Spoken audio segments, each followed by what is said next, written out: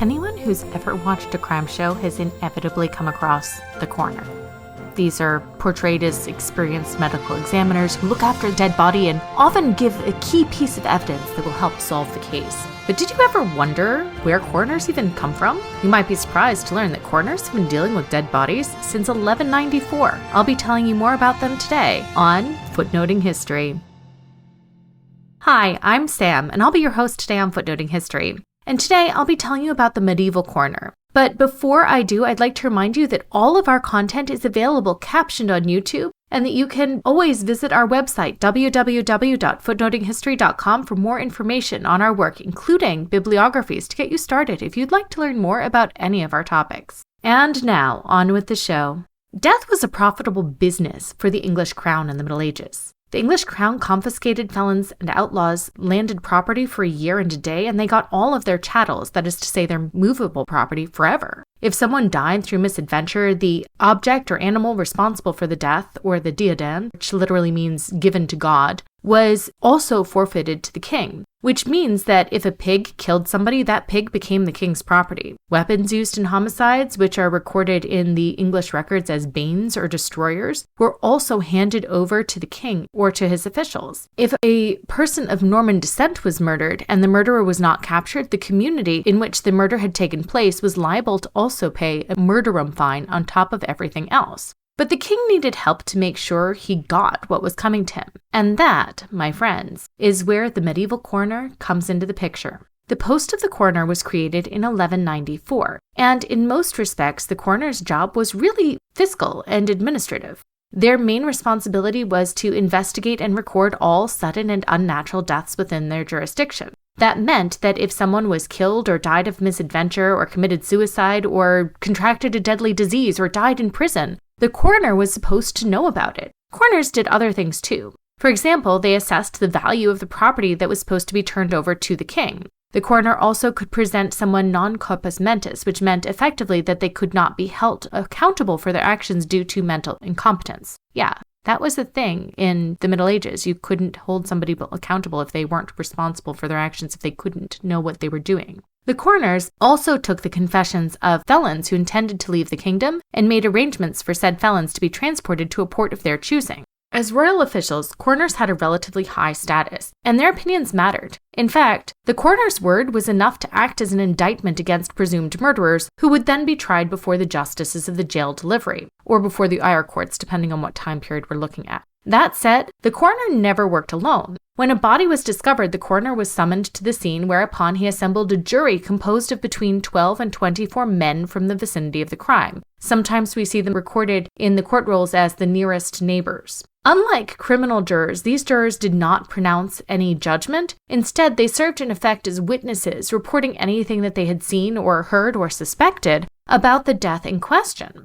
Often, these juries would include people with medical training, who were in a better position than the coroners themselves to actually examine the body. These examinations, however, were purely superficial. While the Italians started performing autopsies in cases of suspicious death in the early 13th century, the English did not cut open corpses. It's not entirely clear why autopsies were common in the south of Europe, but almost never found in the north. Catherine Park has suggested that it might have to do with the contrasting understandings of when the body and the soul were separated. In the south of Europe, it seems that people believed that the dead person was gone and the body would feel no pain. In the north, however, there may have been a lingering belief that the soul might take some time, maybe a year or so, to fully separate from the body.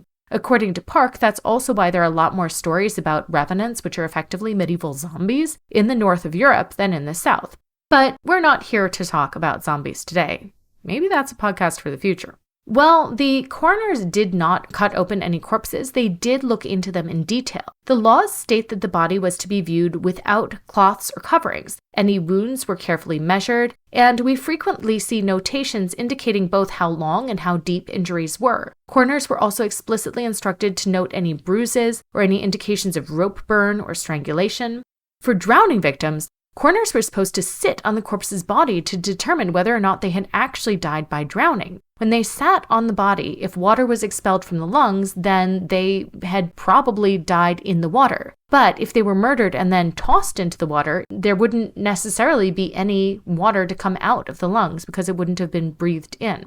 While it might have been members of the jury who actually conducted the examinations, at the very least, coroners ensured that the details were recorded. The body, it seems, was really at the heart of the coroner's examination. And we know this because if it took a while to procure a coroner, and if the body was buried, the corpse was supposed to be exhumed for examination by the coroner. There could, however, be other forms of evidence considered as well. Sometimes we see notations that there were droplets of blood, or that there were cart tracks, and that the coroners even followed them to try to physically track down murderers. Even so, most of the time, murderers escaped. And sometimes, in the coroner's rolls, we see indications that somebody had left the area around the time of the murder and was therefore presumed to be guilty. You probably noticed that while we think of coroners as medical professionals, their job wasn't actually all that connected with medicine in medieval England. Sure, they conducted medical investigations, but they got help with that. And apart from one barber, we don't see any medical professionals taking on the role of coroner at all. Coroners did not require formal training in the law either, and there are only 2 coroners that we know of that were trained lawyers. Many coroners did, however, have some experience with the law. In fact, many of them came from families that had produced multiple coroners. Others had served in other official capacities before becoming coroners. In effect, these lesser offices might have served as effectively apprenticeships for more strenuous and more elevated positions of coroner later in the career. In both of these instances, we see some indication that certain men were driven to hold office. Coroners usually owned property in the counties where they held office. And if you think that makes a lot of sense in the context of a world in which people were deeply suspicious of outsiders, it does. Once they were selected, coroners served for life, and that's actually not very common for medieval officials, most of whom held their posts for only a year at a time. Although coroners might be given a stipend to allow them to hire a scrivener to help them actually maintain the records, they were not paid for their work. We must ask ourselves then, who would be able to do this time-consuming work of investigating death? It had to be somebody who was wealthy and who could afford to take substantial time away from work when they were summoned. On top of that, there were social demands to consider. An effective coroner had to have a high social stature because the society in which he operated was highly status conscious. Ideally, therefore, coroners were supposed to be recruited from among the knightly class. In fact, according to the legal literature from the turn of the 13th century, each county was supposed to have 4 coroners, 3 knights, and 1 cleric. Presumably, the cleric was mandated in order to make sure that at least one of the men was able to write. The king seems to have anticipated that the coroners would be able to swallow the costs of holding office independently of his role. In practice, though, only a minority of coroners were actually knights, in part because there weren't enough knights to go around. So in 1340, the rules were changed. Thereafter, the requirement was that coroners should be chosen who had enough land to allow him to answer to all manner of people. For the king, the coroner functioned as a bridge between the central government and the local administration and could function to transmit information to the crown. Why, if they weren't being paid, would people want to be coroners? Some historians believe that people didn't really want to be coroners and that those who were selected did as little work as possible. But I think the surviving roles suggest a level of diligence. And here I've actually linked to the murder maps of London, Oxford, and York, where teams of historians have mapped out the cases found in the coroner's rolls of those cities. They've also included modernized translations of the coroner's rolls on that site, so you can actually look at them and let us know what you think. Others have assumed that coroners might have extracted bribes to compensate them for their time, but there's not a lot of evidence to support their position. I happen to agree with Sarah Butler that office holding in the Middle Ages offered its own rewards that were not necessarily linked to compensation. Men might have chosen to hold office because doing so enhanced their standing and influence. Or maybe they held office because they prioritized the good of their community and felt that office holding was an honorable thing to do.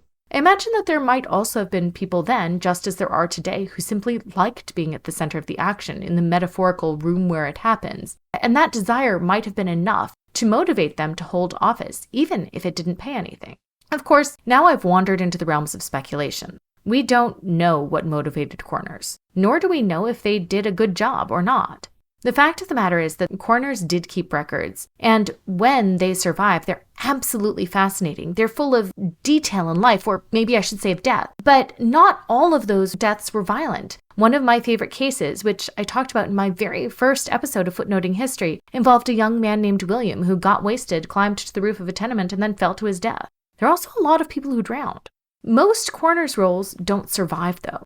It seems that the main goal of these records was to make sure that the king's courts were aware of local crimes. After that, the rolls did not need to be preserved, and some of them may have been regarded as the personal property of the coroners who made them, which is not exactly a recipe for preservation. That said, there is some evidence that the rolls were highly valued at the time, at least until they were copied over. One of the preserved coroner's rolls from Norwich tells the story of two coroners who, having investigated 2 deaths, sat together in one of their homes to compile the notes. A gang then arrived outside of the house and demanded that they destroy their records if they did not want to be chopped into tiny pieces. The coroners refused, but eventually the gang broke in and dragged one of the coroners from the premises. They then found his roll, which had been hidden under his clothes, and destroyed it. This story demonstrates to me that some coroners at least took their job seriously and sought to protect the integrity of their work, even at great personal cost. Or at least that's what they wanted us to think. There are records of medical professionals looking at dead bodies in the context of crime investigation in continental Europe as well. But the office of coroner was unique to England. And while the logistics of that job and what exactly it entails have changed over time, the fundamental reason for the coroner has been the same. It's always to investigate suspicious deaths. And that is one thing that has remained consistent between the Middle Ages and today.